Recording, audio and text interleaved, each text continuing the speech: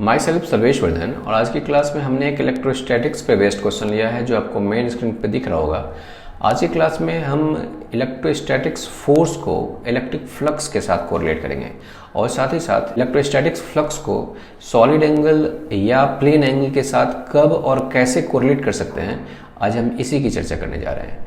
सबसे पहले हम ये देख लेते हैं कि इलेक्ट्रोस्टैटिक्स फ्लक्स इलेक्ट्रिक फील्ड के साथ कैसे कोरिलेटेड है। मान लेते हैं कि इलेक्ट्रिक फील्ड ई में एक यूनिफॉर्मली चार्ज सीट है, इस पे सरफेस चार्ज डेंसिटी सिग्मा है, इस इलेक्ट्रिक फील्ड में रखा हुआ है। ठीक है, सबसे पहले हम इस प्लेट पे इलेक्ट्रोस्टैटिक्स फोर्स की वैल्यू हम फाइंड कर रहे हैं। तो इसके लिए हम यहाँ पे एक छोटा सा एरिया लेते हैं, ठीक है, जिसका एरिया वेक्टर हमारा ds है इस प्लेन के नॉर्मल डायरेक्शन में। यहाँ पे इलेक्ट्रिक फील्ड का वैल्यू E है, ठीक है, और E और ds के बीच में एंगल ये मान लेते हैं कि थीटा है। ठीक है, तो इस छोटे से पार्ट पे जो फोर्स की वैल्यू होगी वो होगा, ध्यान सुनेंगे, ds एरिया पे टोटल चार्ज होगा ds इंटू सिग्मा, और इस पॉइंट पे इलेक्ट्रिक फील्ड की वैल्यू E है।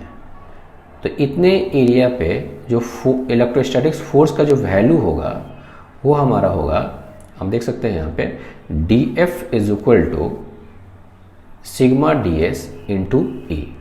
दोनों तरफ हमने इस प्लेन के परपेंडिकुलर डायरेक्शन में हमने कंपोनेंट ले लिया है। इसको हमने DFN से डिनोट किया है और इस इलेक्ट्रिक फील्ड का इस प्लेन के परपेंडिकुलर नॉर्मल डायरेक्शन में कंपोनेंट को EN से प्लॉट कर दिया है। ठीक है, अब ये EN है क्या? तो ये इलेक्ट्रिक फील्ड है, ये नॉर्मल एरिया वेक्टर है, और इस डायरेक्शन में कंपोनेंट अगर हमको इलेक्ट्रिक फील्ड का लिखना होगा तो हम क्या लिखेंगे, E cos थीटा। तो हम EN के जगह पर E cos थीटा भी लिख सकते हैं। तो हमारा हो गया DFN is equal to sigma ds E cos theta. अब आप ध्यान से देखें, ds into E into cos theta जो होता है वो E डॉट ds भी लिख सकते हैं। ठीक है, और ये है क्या? तो ये है हमारा ds एरिया से इलेक्ट्रिक फ्लक्स की वैल्यू, और ये है क्या, नॉर्मल डायरेक्शन में फोर्स का कंपोनेंट।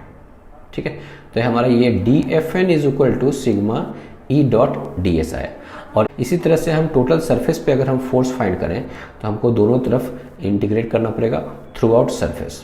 ठीक है, तो हम यहाँ से दोनों तरफ इंटीग्रेट कर दिए हैं, तो ये हमारा ये कॉमन नॉर्मल कंपोनेंट हुआ। ठीक है, is equal to sigma integration E dot ds। E dot ds integration जो हुआ वो हमारा फ्लक्स थ्रू द सरफेस है, ये हमारा नॉर्मल कंपोनेंट हुआ। तो Fn is equal to sigma into phi हम लोग अप्लाई कर सकते हैं। इस तरह से हमारे पास इलेक्ट्रोस्टैटिक्स फोर्स और फ्लक्स में एक रिलेशन आया, Fn is equal to sigma into phi. लेकिन इस फार्मूला को अप्लाई करने से पहले कुछ बातों पे ध्यान रखना चाहिए। सबसे पहली बात है कि जो सरफेस होना चाहिए वो प्लेनर होना चाहिए। दूसरी बात कि सरफेस पे जो चार्ज यूनिफॉर्मली डिस्ट्रीब्यूटेड होना चाहिए। तीसरी बात कि इस रिलेशन से जो फोर्स आएगा उस प्लेन सरफेस के नॉर्मल डायरेक्शन में कंपोनेंट आएगा। ठीक है, और चौथी बात कि अगर हम सिमेट्री का यूज करके ये पहले से क्लियर कर लें कि हमारे पास जो नेट फोर्स आने वाला है उस प्लेन सरफेस के नॉर्मल डायरेक्शन में ही आने वाला है, तो हम इस फार्मूला का यूज करके हम उस सरफेस पे नेट फोर्स फाइंड कर सकते हैं। अब हम इलेक्ट्रिक फ्लक्स को प्लेन एंगल और सॉलिड एंगल के साथ रिलेट कर रहे हैं। जैसा कि हम जानते हैं कि flux phi is equal to EA cos theta होता है, और जहां इलेक्ट्रिक फील्ड की वैल्यू ज़्यादा होता है वहां पे इलेक्ट्रिक फील्ड लाइंस भी ज़्यादा होता है। और साथ ही साथ E cos थीटा को हम यहाँ EN लिख सकते हैं इंटू एरिया A। तो फ्लक्स इज इक्वल टू हो गया EN इंटू A। ध्यान सुनेंगे, EN का वैल्यू जितना ज़्यादा होगा इलेक्ट्रिक फील्ड लाइंस उतना ज़्यादा क्रॉस करेगा। इस बात को एक्सप्लेन करने के लिए हम इस तरह से सोच सकते हैं। जैसे मान लेते हैं कि एक प्लेन सरफेस दिया हुआ है और कुछ स्टिक दिया हुआ है आपको, और इस स्टिक को इस सरफेस के नॉर्मली अरेंज करना है। एक केस में परपेंडिकुलर अरेंज करना है और दूसरे केस में तिरछा करके अरेंज करना है। अब आपसे पूछा जाता है कि किस केस में आप ज़्यादा स्टिक को इस पे अरेंज कर सकते हैं। तो ध्यान सुनेंगे, अगर आप नॉर्मली इस पे अरेंज करेंगे तो एक स्टिक, एक क्रॉस सेक्शन एरिया जो सर्कल बन रहा है उतना एरिया इस पे कवर करेगा। लेकिन अगर हम स्टिक को अगर हम तिरछा अरेंज करते हैं तो एक स्टिक इस सरफेस पे एक इलिप्स के एरिया के बराबर जगह छेकेगा, जिसका एरिया उस सर्कल से ज़्यादा होगा। कहने का मतलब है अगर हम स्टिक को नॉर्मली अरेंज करते हैं तो ज़्यादा स्टिक अरेंज कर सकते हैं, और अगर हम तिरछा करके अगर हम अरेंज करेंगे तो हम इस केस में कम स्टिक ही अरेंज कर पाएंगे। कहने का मतलब है कि इलेक्ट्रिक फील्ड का नॉर्मल कंपोनेंट जितना ज़्यादा होगा उतना ज़्यादा इलेक्ट्रिक फील्ड लाइंस इस सरफेस से क्रॉस करेगा। तो यहाँ से क्लियर हो गया कि अगर पिक्चर दिया हुआ है, इलेक्ट्रिक फील्ड लाइंस पैटर्न दिया हुआ है, तो इलेक्ट्रिक फील्ड लाइंस पैटर्न दे करके हम बता सकते हैं कि किस सरफेस से ज़्यादा फ्लक्स की वैल्यू आएगा और किस से कम फ्लक्स की वैल्यू आएगा। ठीक है, अब हम दो केस ले रहे हैं, ध्यान से सुनेंगे। ये इनफाइनाइट चार्ज स्ट्रिंग है, ठीक है, और इसके वजह से इलेक्ट्रिक फील्ड लाइंस जो होगा ना वो रेडियली होगा, आउटवर्ड इस तरह से फैलेगा चारों तरफ। ठीक है, जैसे मानते हैं ये ट्यूबलाइट है, यहाँ से जैसे रोशनी फैलती है उस तरह से इलेक्ट्रिक फील्ड लाइंस निकलेगा। क्योंकि electric field lines uniformly distributed है, इसलिए अगर इक्वल एंगल अगर हम कंसीडर करते हैं तो दोनों इक्वल एंगल के बीच में लाइंस जो होंगे वो इक्वल पास करेंगे। ठीक है, तो हम यहाँ से इस केस में कह सकते हैं कि electric field lines directly proportional to angle. Electric field lines जो है वो फ्लक्स के डायरेक्टली प्रोपोर्शनल है, तो हम यहाँ से फ्लक्स को सीधा रिलेट कर सकते हैं इस प्लेन एंगल के साथ। इस पर्टिकुलर केस में यहाँ से क्लियर हो गया कि electric flux is directly proportional to plane angle. दूसरा केस, अगर हम मान लेते हैं कि पॉइंट सोर्स है, अब पॉइंट सोर्स से चारों तरफ इलेक्ट्रिक फील्ड लाइंस निकलना है, तो इसको सेंटर मान करके अगर हम स्फीयर कंसीडर करते हैं, स्फीयर के सरफेस पे इक्वल एरिया लेते हैं, तो प्रत्येक एरिया सेंटर पे इक्वल सॉलिड एंगल बनाएगा। और साथ ही साथ चूंकि electric field lines uniformly distributed है, तो जितना ज्यादा सॉलिड एंगल होगा उतना ज्यादा लाइंस निकलेगा, और जितना ज्यादा लाइंस निकलेगा उतना ज्यादा फ्लक्स होगा। क्लियर है कि पॉइंट सोर्स के लिए हम रेट कर सकते हैं कि flux is directly proportional to solid angle, और इनफिनाइट लाइन चार्ज के लिए हम रेट कर सकते हैं कि flux is directly proportional to plane angle. इस तरह से हम लोगों ने इलेक्ट्रिक फ्लक्स और इलेक्ट्रोस्टैटिक फोर्स के बीच में रिलेशन देखा है, और साथ ही साथ हम लोगों ने देखा है कि इलेक्ट्रोस्टैटिक फ्लक्स सॉलिड एंगल और प्लेन एंगल के साथ कैसे रिलेटेड है। ठीक है, अब हम एक प्रॉब्लम ले रहे हैं जो इन दोनों पॉइंट्स पे बेस्ड है, जो आपको मेन स्क्रीन पे दिख रहा होगा। ये आप पे मेन स्क्रीन पे दिख रहा है। ठीक है, इसमें कहा गया है कि एक हाफ सिलेंडर है। ठीक है, ये हाफ सिलेंडर है जिसका रेडियस r है और लेंथ l है। ठीक है, रेडियस से r बहुत ही छोटा है लेंथ l के रेस्पेक्ट में।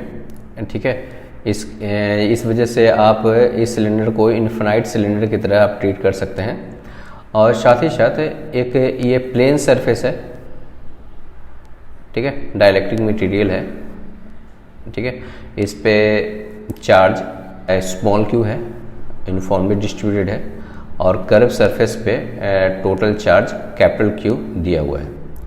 और हमें फाइंड करना है कि इस हाफ सिलेंडर और इस प्लेट के बीच में कितना इलेक्ट्रोस्टैटिक्स फोर्स है। अपर पोर्शन और लोअर पोर्शन ओपन है। हम लोग क्या करते हैं कि इसके इलेक्ट्रिक फील्ड के वजह से इस प्लेन सरफेस से फ्लक्स फाइंड करते हैं, और उस फ्लक्स का रिलेशन मुझे पता है फोर्स के साथ, तो मुझे फोर्स मिल जाएगा। इस प्लेन सरफेस से फ्लक्स फाइंड करने के लिए इस कर्व सरफेस को छोटे छोटे स्ट्रिप में हम डिवाइड कर लेते हैं। ठीक है, उसमें से एक स्ट्रिप आपको ये दिखलाया गया है। ठीक है, अब आप यहाँ से देख सकते हैं कि ये जो स्ट्रिप होगा वो इनफिनाइट लाइन चार्ज की तरह बिहेव करेगा। ठीक है, यहाँ से जो इलेक्ट्रिक फील्ड लाइंस निकलेगा वो यूनिफॉर्मली डिस्ट्रीब्यूटेड होगा और चारों तरफ फैलेगा। ठीक है, जिसमें से आप ध्यान से देख सकते हैं कि ये हमारा हाफ सर्कल है, ये हमारा डायमीटर है। डायमीटर सर्कमफेरेंस पे 90 डिग्री का एंगल बनाता है, मुझे पहले से पता है। ठीक है, तो ये पॉइंट कहीं भी होगा, ये जो एंगल फॉर्म करेगा वो 90 डिग्री ही फॉर्म करेगा हमेशा। अब आप यहाँ से देख सकते हैं कि यहाँ से इस स्ट्रिप से जितने लाइंस निकलते होंगे, ठीक है, वो थ्रू आउट 360 डिग्री में डिस्ट्रीब्यूट होता होगा, जिसमें से ये 90 डिग्री से जितने लाइंस निकलते होंगे वो सब का सब लाइंस इस प्लेन सरफेस पे इंसिडेंट होता होगा। तो हम कह सकते हैं कि इस लाइंस से टोटल जितना फ्लक्स होगा उसका 1/4 फ्लक्स इससे पास करता होगा। तो इस स्ट्रिप की वजह से फ्लक्स फाइंड करने के लिए हम लोग क्या करेंगे, टोटल चार्ज को एप्सिलॉन से डिवाइड कर देंगे। टोटल चार्ज फाइंड करने के लिए हम लोग क्या करते हैं, ये इस पे आर्क लेंथ dl मान लेते हैं, ठीक है।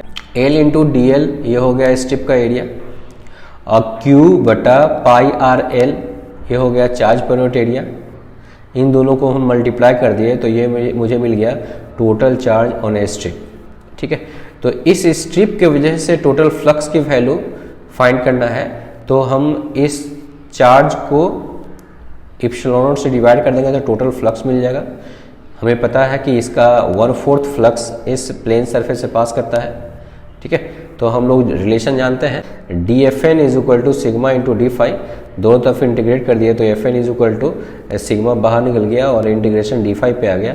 अब डी फाई फाइंड करने के लिए हम लोग क्या करेंगे, टोटल चार्ज जो इस स्ट्रिप की वजह से आया उसको एप्सिलॉन नॉट से डिवाइड कर दिया हमने, और ये 1/4 से मल्टीप्लाई कर दिया, तो ये फ्लक्स थ्रू प्लेन सरफेस मिल गया, ठीक है। अब यहाँ से ये L से ये L कट गया, ये पाई से ये पाई कट गया। कटने के बाद जो हमारे पास रिलेशन आया है, तो Fn is equal to sigma Q बटा 4 pi R epsilon naught integration dl। और dl जो होगा और टोटल पेरीमीटर होगा, तो ये हो गया हमारा सिग्मा के लिए Q बटा तो 2r इंटू एल हो गया प्लेट का एरिया, तो ये हो गया सिग्मा, ये Q है, ठीक है, 4 पाई आर एप्सिलॉन नॉट, और ये आर्क लेंथ की वैल्यू पाई आर हो गया, पाई आर से पाई आर कट जाएगा, और ये सिंप्लीफाई करने के बाद आएगा Fn is equal to capital Q small q बटा 8 आर एल एप्सिलॉन नॉट, ठीक है। इस तरह से हम प्लेन सरफेस पे हम लोग फोर्स निकाल सकते हैं। इस तरह से हमारा सोल्यूशन कंप्लीट हुआ। आप अधिक से अधिक अपने दोस्तों के बीच में शेयर करें, और इससे रिलेटेड कोई भी अगर कन्फ्यूज़न हो तो आप कमेंट बॉक्स पे लिख सकते हैं, या जो टॉपिक आपको अधिक परेशान करता हो उसे आप कमेंट बॉक्स में लिख दें, उस पर वीडियो सॉल्यूशन लेकर के हम आपके सामने उपस्थित रहेंगे। तब तक के लिए बाय बाय।